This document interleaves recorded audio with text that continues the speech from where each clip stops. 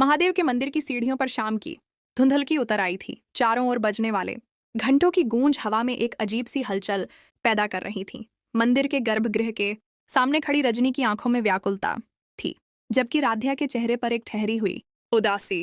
रजनी ने राध्या का हाथ थामते हुए बड़े ही भावुक स्वर में कहा, राध्या अब और नहीं, बहुत हो गया तुम्हारा खुद से और अपनों से दूर भागना। मेरी गुहार मान लो और घर वापस चलो। राध्या चुपचाप महादेव की प्रतिमा को निहारती रही, जैसे वह अपने अंदर चल रहे द्वंद्व का उत्तर सीधे ईश्वर से मांग रही हो। उसे खामोश देखकर रजनी ने फिर कहा, अगर तुम्हें मेरी बात पर यकीन नहीं है तो आज सब कुछ इन्हीं पर छोड़ दो। अब भोलेनाथ ही तुम्हें सच्चाई दिखाएंगे कि यह रिश्ता हमारी जिद थी या उनका फैसला। अगर उनकी मर्जी नहीं होगी तो मैं तुम्हें फिर कभी मजबूर नहीं करूंगी। रजनी के यह शब्द अभी हवा में तैर ही रहे थे कि अचानक मंदिर के भीतर से ठंडी हवा का एक तेज झोंका आया।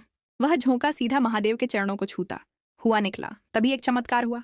भोलेनाथ के चरणों में रखी सिंदूर की डिब्बी हवा के वेग से उड़ी और सीधे आकर राध्या की मांग में गिर गई। राध्या की आंखों से आंसू बह निकले और उसका पूरा शरीर सिहर उठा। उसे समझ आ गया कि यह कोई इत्तेफाक नहीं बल्कि महादेव की स्वीकृति है। उसने मन ही मन स्वीकार कर लिया कि अब ईश्वर भी उसके साथ खड़े हैं और वह चाहते हैं कि उसे मित्तल भवन वापस लौट जाना चाहिए। जब रजनी और राध्या ने मित्तल भवन की दहलीज पर कदम रखा तो वहां का सन्नाटा एकदम से टूट गया। हॉल में खड़े प्रथम की नजर जैसे ही राध्या पर पड़ी, वह अपनी जगह जमसा गया। उसकी आंखों में हैरानी और बेपनाह खुशी के मिले जुले भाव थे। उसे यकीन ही नहीं हो रहा था कि जिसे वह हर जगह ढूंढ रहा था वह उसके सामने खड़ी है।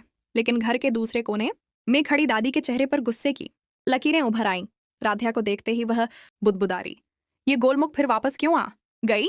दादी के लिए राध्या का वापस आना किसी पराजय जैसा था। सच तो यह था कि राध्या के बिना बीते हुए उस एक दिन ने पूरे परिवार को हिलाकर रख दिया था। घर का हर काम रुक गया था और परिवार के लोग जैसे किसी गहरे सदमे में थे।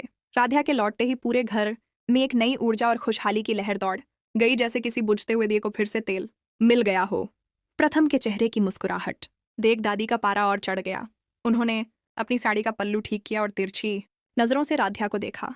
उनके दिमाग में साजिशों के ताने बाने फिर से बुनने लगे थे। उन्हें राध्या की वापसी कतई मंजूर नहीं थी और अब वह किसी ऐसी नई योजना को अंजाम देने की फिराक में थी जिससे वह राध्या को हमेशा के लिए इस घर और प्रथम की जिंदगी से बाहर निकाल सकें। घर में खुशियां तो लौट आई थी, लेकिन उन खुशियों के पीछे दादी की नई साजिश का ग्रहण भी लगने वाला